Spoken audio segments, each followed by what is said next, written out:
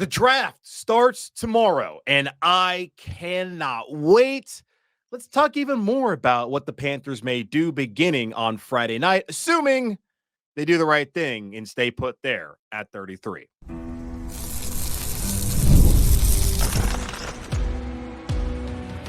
You are Locked On Panthers, your daily Carolina Panthers podcast.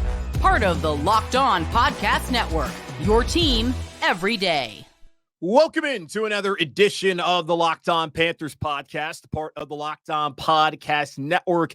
I'm your host, as always, Julian Council, talking Carolina Panthers with you every Monday, Tuesday, Wednesday, Thursday, and yes, Friday, your team every day. That's our motto here on the Locked On Podcast Network. Subscribe or follow the show for free on YouTube or wherever you listen to your favorite podcast. And be sure to follow me, Julian Council, on Twitter, at Julian Council, where on Fridays throughout the offseason, except for this Friday's the draft. But next Friday, I'll be back answering your weekly Friday mailbag questions, either at me or DM me to get your questions in for next week's edition of the weekly Friday mailbag here on Locked On Panthers. Probably wait till next week after the draft to get those questions in, but either way, at me or DM me. Today's episode is brought to you by Monopoly Go. I admit it, I have a competitive side, and it's a big fan of Monopoly Go, the mobile hit twist on classic Monopoly.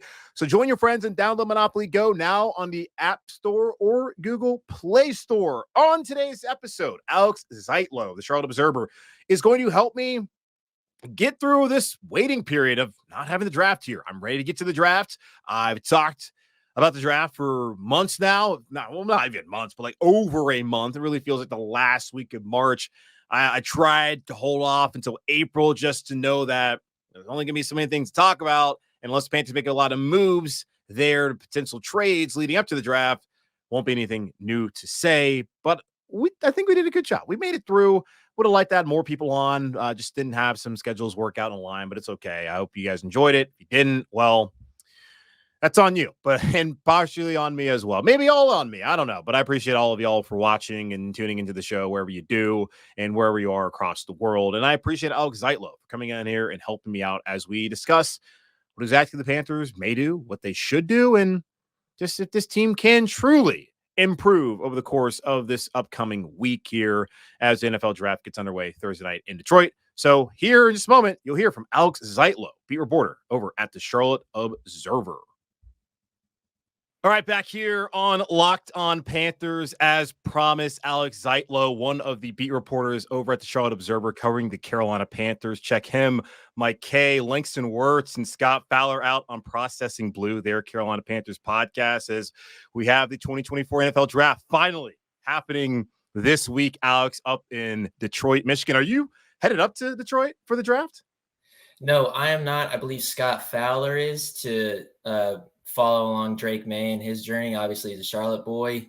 And Scott has been covering that family for generations, literally. So yeah, he'll be handling that. And then Mike and I will be holding it down at Bank of America Stadium. All right, cool. Either way, follow him on Twitter at Alex Zietlow05. And Alex, I hit you up today because I was like, man, I need someone to come up here and to talk about the draft, because I don't feel like outside of the lead up to the season, there's ever a longer stretch of, can we just get to the point of things in the NFL? Like January or February, depending on how the calendar shapes up, you have the Senior Bowl. Then you have the Combine in February. You get a little break with free agency for like a week. Then you get back to Bro Days and the last month and a half of just talking ad nauseum about the draft and what the Panthers are going to do. So glad to have you on here because I want to get your thoughts on what the Panthers may do and what you think maybe they should do as they finally pick on Friday at pick 33. Let me start off with this. Do you think in any way, shape, or form this team should or will move up into the first round on Thursday night? No. Okay. It would be yeah, see, that's the reaction that I imagine most Panthers fans would have. I mean, I really can't imagine it. We talked to Dave and Dan, Dave Canales, head coach, and Dan Morgan, the general manager, on Thursday. We did ask him, hey, is there any possibility of you guys moving up in the draft? And Dan diplomatically and without showing too much of his hand was like, we're leaving all doors open. We don't want to be boxed in, yada, yada, yada. But I just don't see how it could be strategically advantageous for the Panthers to move up in the first round. a couple of things to consider. One, the 33rd pick, it is a second-round pick, but it's the first pick of the second round. For this draft is pretty deep on the positions that the Panthers need immediately at cornerback, at edge rusher, at wide receiver. There's going to be someone with a first-round grade to fall to that spot. And if all else fails, you can take Graham Barton if he still fall the center from Duke. Yeah. And work on your succession plan from there. There is, in my opinion, there is not anyone or any sort of scenario where it would be worth moving up into the first round. Now, I'm sure that you've discussed a lot about what's the possibilities of moving back. Yes. And that's compelling for a variety of reasons, because the Brian Burns pick gave you that 39th pick. Okay, can we make an egg salad sandwich out of whatever we got from that? Whatever we got from that Brian Burns deal. But the 33rd pick, I think, is staying put. And if you are going to move around something, you're going to trade back. You're not going to trade forward. Yeah, and we'll get to the trade back possibility, because I do agree with you. Trading up doesn't make any sense at all. I've sat here the last couple of weeks with the listeners here on the show talking about all the needs this team has. Wide receiver is a need. Corner is a need. You brought up edge is a need. I don't know how big of a need it is now with DJ Woonem and Jadeveon Clowney now here in Carolina, but still looking long-term, it's a need, certainly. Linebacker could be seen as a need, just long-term as well. Tight end certainly is a need, the one position they have not addressed at all this offseason. So when you talk about all the needs, it doesn't really make a lot of sense to package together probably 2 picks this year. And who knows what else? Because it seems like on draft night, you're giving up way more than you actually should. When I see what Burns was traded for and what L'Jarius Sneed was traded for, and then on draft night, what like a certain player who's like a second-round pick gets traded for, it never really adds up to me. So I don't think that would make a lot of sense, and they should stay there at 33. Now, speaking of the 33rd pick, what direction do you think the Panthers are likely leaning on? Understanding that what happens the first 32 picks there on Thursday night is going to heavily influence what they decide to do at 33. I think that last point that you made, what happens in the first 32 picks, really matters. Because like I said, the ideal thing is for a first round guy to be passed up on by a couple teams because of needs, because of like whatever, there's not a perfect fit.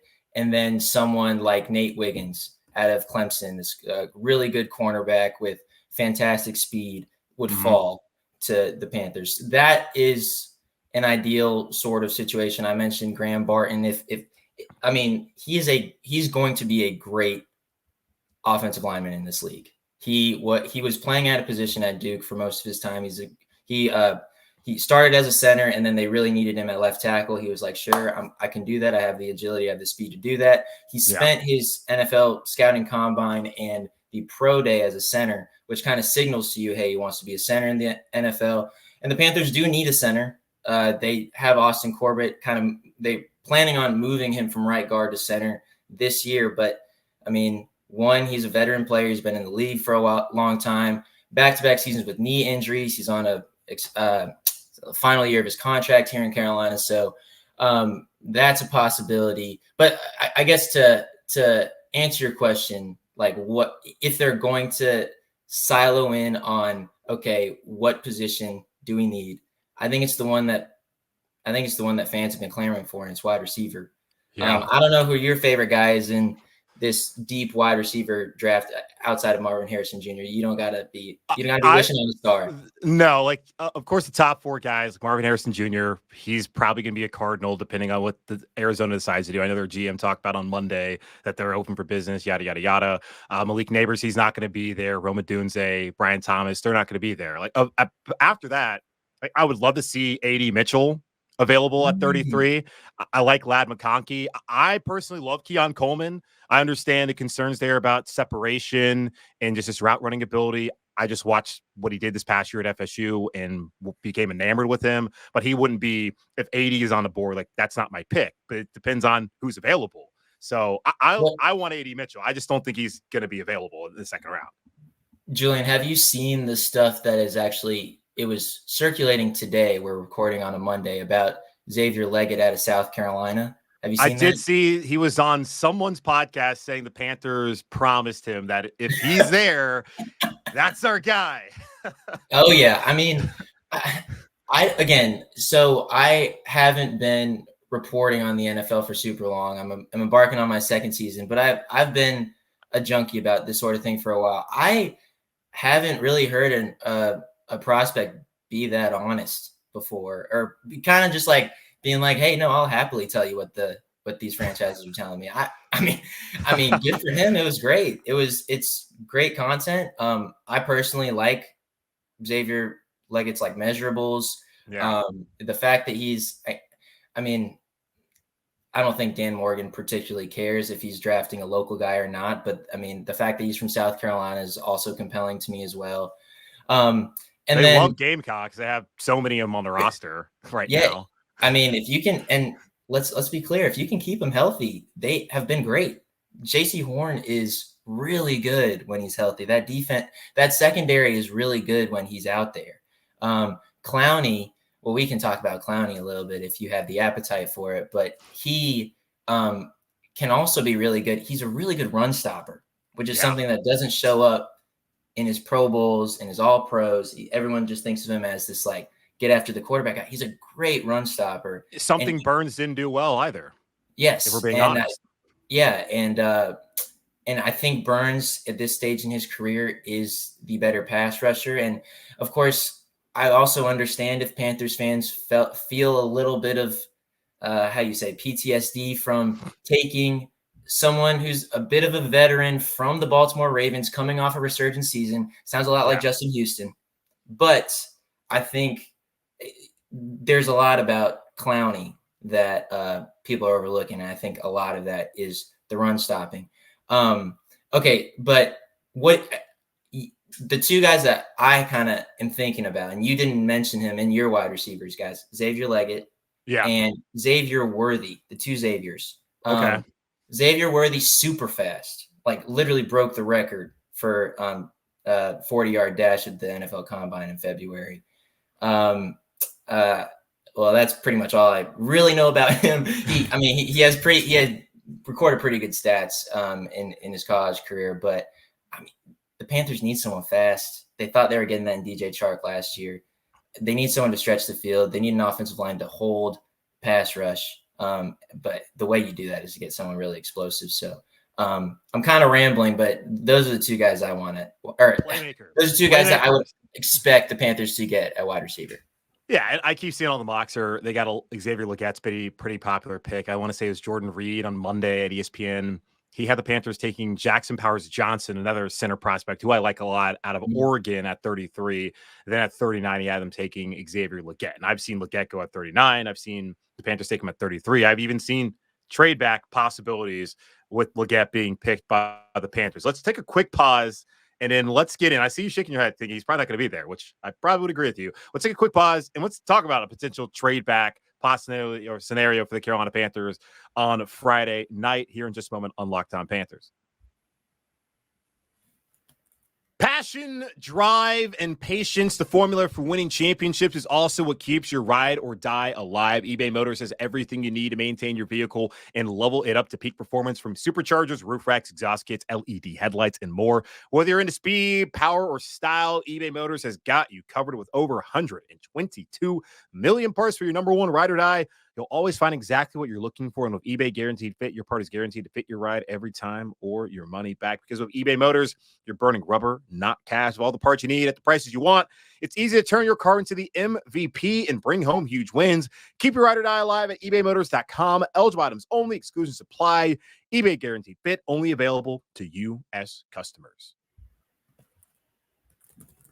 All right, back here, Locked On Panthers, Julian Council, of course, Alex Zietlow of the Charlotte Observer. He is teammates with Mike Kay, Langston Wartz, and Scott Bauer. They're covering the Carolina Panthers leading up to the 2024 NFL Draft up in Detroit on Thursday. Panthers shouldn't get started until Friday. Now, they'll of course, be on the phones doing what they should do as their jobs, and discussing all possibilities. They should not be selecting at all on Thursday night if they want to make some sort of trade for somebody. If someone wants to trade with them that night and not be taking a pick there in the first round, totally fine with that. But we're going to have to wait, unfortunately, until Friday night to get the answers to all these questions we've been talking about over the last month and a half and even beyond that, as far as what's the team's going to look like once the beginning of May starts. But Alex, trade back scenarios.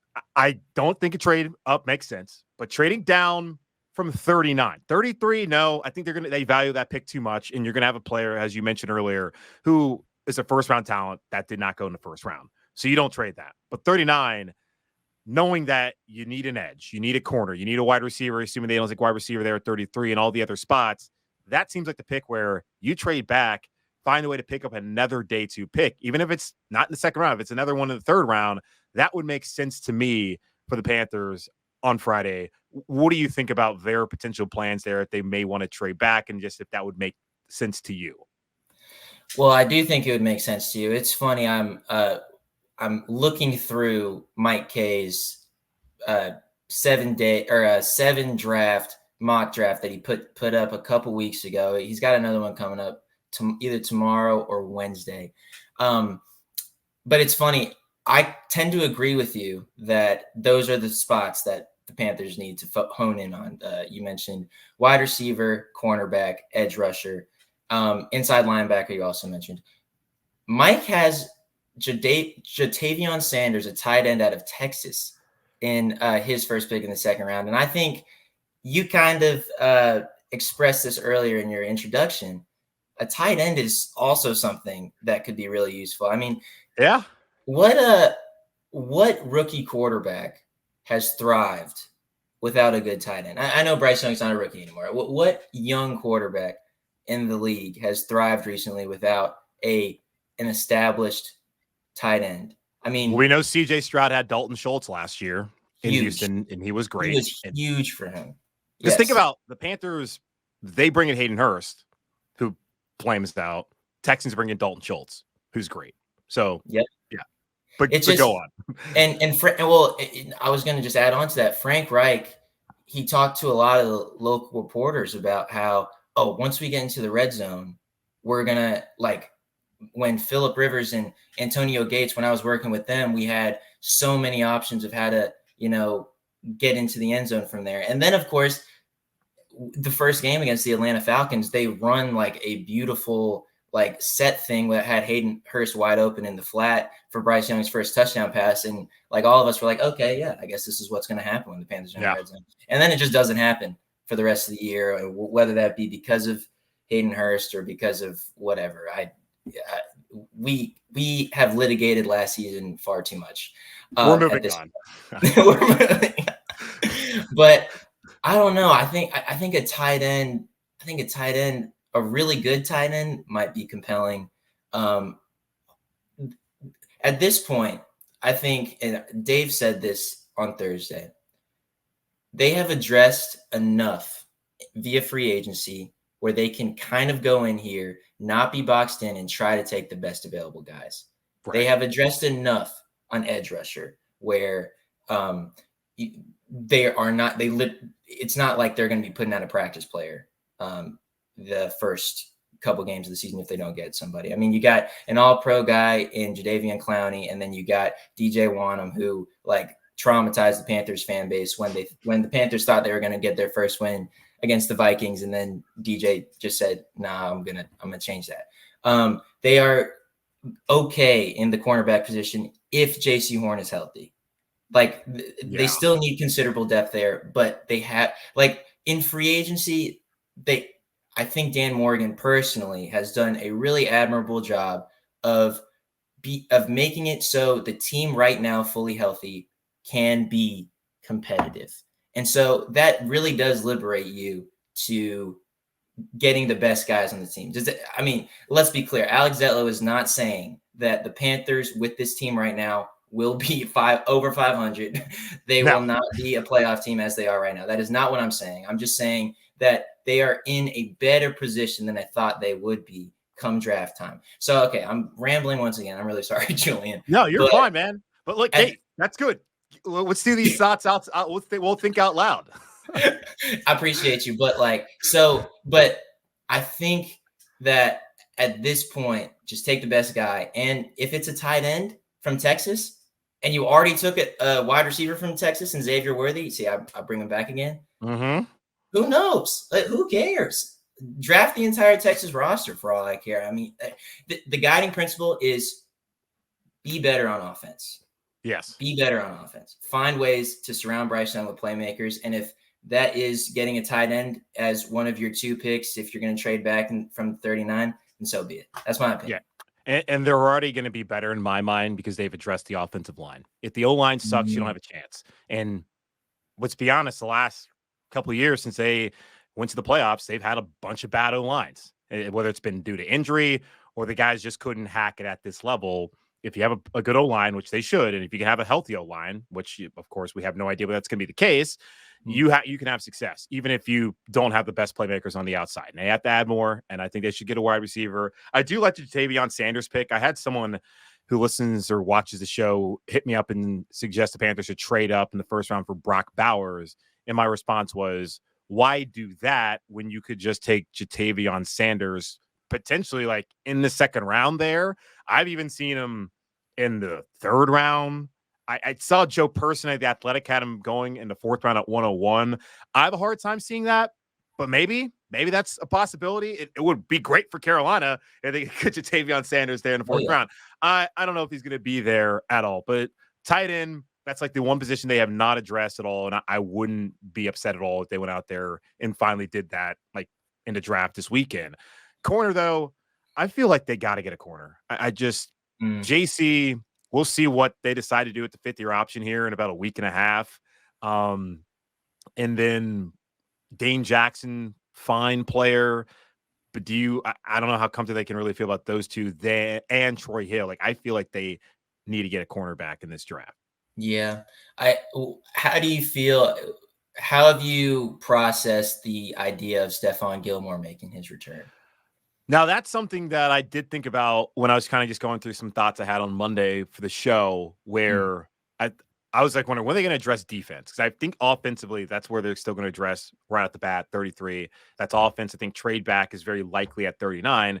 Then after that, what are you going to do? Is there still being a center on the board for you? You're going to go tight end potentially, or are you going to look at for a corner who could come in and maybe help you right away, like the TJ Tampa out of Iowa State, someone I've thought of. You want to get a nickel, maybe Mike Sanderstrill out of Michigan. So I did think about that, but if they don't get a corner, because ideally with the amount of picks that they have, they can address all their needs in theory. But in theory, but in reality, you're probably going to get to like 141. Say you need a tight end, like there might not be someone who you value that high. So you're just not going to take a tight end. You're going to take, as we talked about, best player available. So knowing that they could end up coming out of this draft without a corner, I think they will come with one. Even if they do, as you talk, but they do need depth. And Stephon Gilmore literally lives down the street from Dan Morgan. So all he's got to do is walk down there and bring him a cup of sugar and say, you want to come stay back home?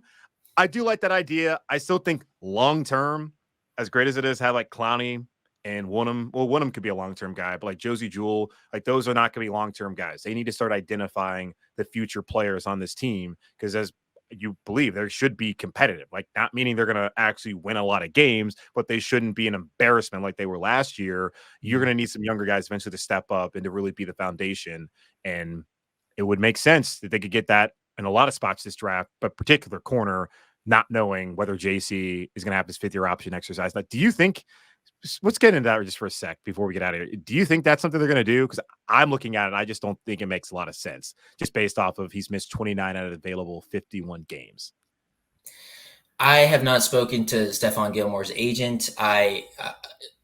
However, if I'm going to read between the lines of what Jadeveon Clowney has said, as he has kind of been the liaison for his agent to the public, I think Stephon wants to come to Carolina, and I think that the door is open. However, it is a priority to get a younger guy, a cost-controlled asset at the cornerback position in Carolina. I'm not to say that Stephon won't be helpful off the bat. Part of the problem with last year off the jump was Frank Reich had a lot of connections. He's been in the league for a very long time. He brought in a coaching staff that was super veteran, that had a lot of connections. And they were like, okay, we're going to just pay veterans to come in here who we have worked with before. And we're going to, this sounds silly to say now, given the result, we're going to try to win now. And it's almost like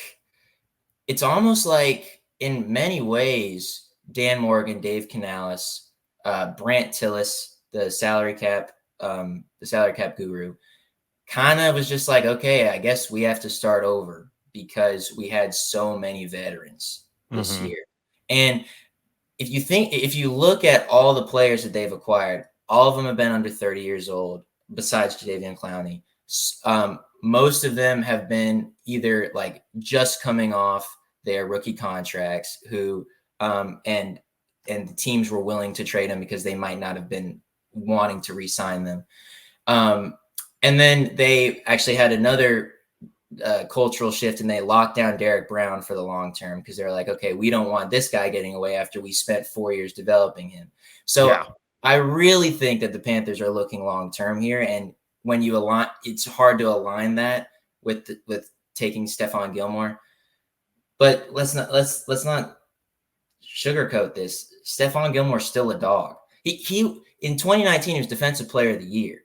I know this doesn't matter on the football field, but he was a 99 player rating in Madden in 2019 or in 2020 or whatever. And I know that because I was a reporter for the Herald in Rock Hill, South Carolina, and anything that Stephon Gilmore did, I wrote about. I had a headline about. Same thing with Clowney. Yeah. And so, dude is a dog. He is still really good. I just don't know if that aligns with like the overall philosophy of this front office generation. But hey, I really hate to feel this way. I feel like I'm still this kid. I know I should be more jaded, but it's draft time. There's possibility in the air. You know what I'm saying? Like there is possibility. I know that the Panthers were 2-15 last year. I know they ended the season without scoring points in their final 2 games. But for some reason, maybe it's being around Dave Canales too much, but for some reason, I think that they have done an admirable job this free agency, and I think that they'll carry that momentum into the draft and do well. Stars just seem to be aligning. So that's Alex's take for you. I know that's way too general, and you've probably had your heart broken too many times, or maybe not even broken, but heart hurt too many times to be saying that as a Charlotte native, as someone who's just loved this team for way too long. Yeah, but that's how I see it. I don't know. I love it. I do appreciate the positivity. Just for me, you're right. Like the NFL, I say this like every offseason, they sell hope better than any other league, especially in our country, maybe even the world, man. They sell hope. And it's just funny because whenever Panther fans are upset about things, which rightfully so, the team has been bad. They're like, I'm done with this team. They're right back here in April, all fired up for the draft, and right after it, they're believing, which is a good thing. Because if they didn't care, that would be bad for you and for me. But as far as me personally, I'm going to need to see them actually win games before I have any sort of belief of totally this is heading in the right direction. But I appreciate that. And we will end on a positive note there from Alex Zietlow, the Charlotte Observer. Again, check him out on Twitter at Alex Zietlow05 and subscribe to your local paper, y'all. It's they do dollar deals. It's not that difficult. Read your local news. Let's be honest here, folks. Not a lot of podcasts out there covering the Carolina Panthers. Not a lot of outlets covering the Carolina Panthers. So why not subscribe to one of them that covers your team and actually is there, boots on the ground? Just thought. So and then on top of that, you get features about the Hornets. We don't need. Okay, we aren't doing that. Okay, well, you can get. Okay, all right. If we're just sticking Panthers, that's cool too. If you happen to stumble along to a story that makes you more informed about what's going on come election time, that's also cool too. We're a local newspaper, so I appreciate you, Julian, for Panther stuff. Absolutely. Hornets, we're not. There is no hope in the NBA, so we're not going to get into that. But I appreciate you either way for trying to help out your colleague Rod Boone over there at the Observer. But we're gonna closing out the show. I'll take a pause, do a commercial break, and I'm going to close out on the other side. But thanks again, Alex, for taking the time up here to join me. Everyone check out his stuff. Check out what Mike's working on. Should be a great week full of hope here in Carolina. Take a quick pause, come back, wrap up the show.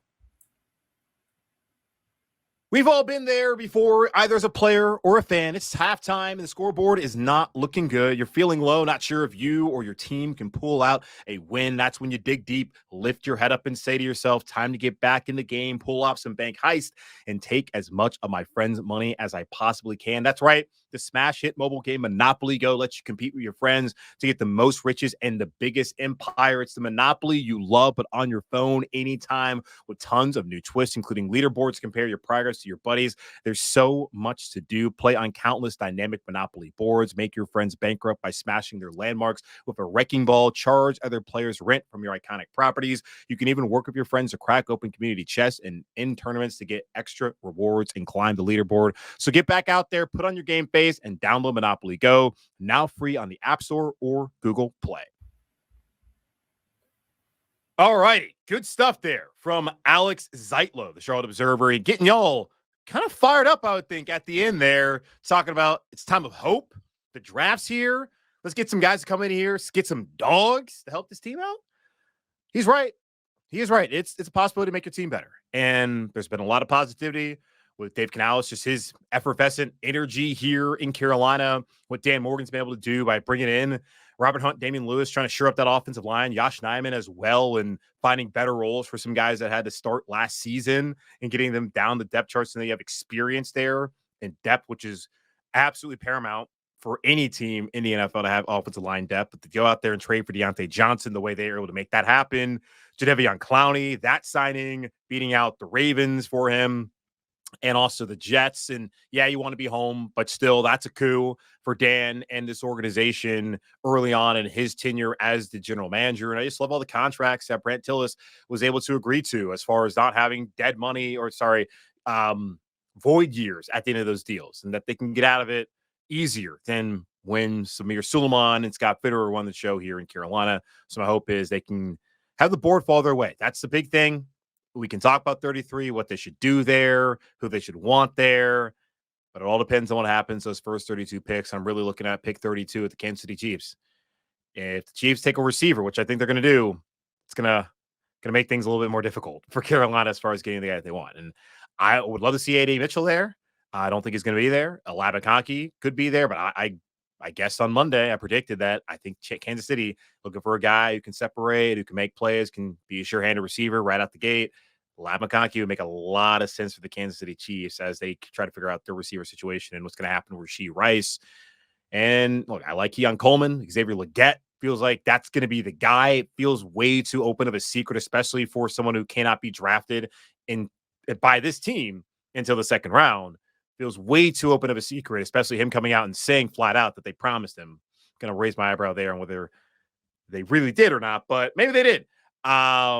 Hard to believe that that's actually going to happen just because it seems just too good to be true that, all right, they have their guy in tow. I do think he'll be available, but will there be someone higher on their board available as well? We will see. Let's going to wrap up this edition of the Locked On Panthers podcast, part of the Locked On Podcast Network, hosted by yours truly, Julian Council. Again, y'all, subscribe or follow the show for free on YouTube or wherever you listen to your favorite podcast. And be sure to follow me, Julian Council, on Twitter at Julian Council, where on Fridays, not this Friday, but next Friday, I'll be back again answering your weekly Friday mailbag questions, either at me or DM me to get your questions into me right now. But in the meantime, be safe, be happy, be whole as always, and forever. Keep pounding, and I'll talk to y'all on Thursday, as it will finally be draft day, but not for us.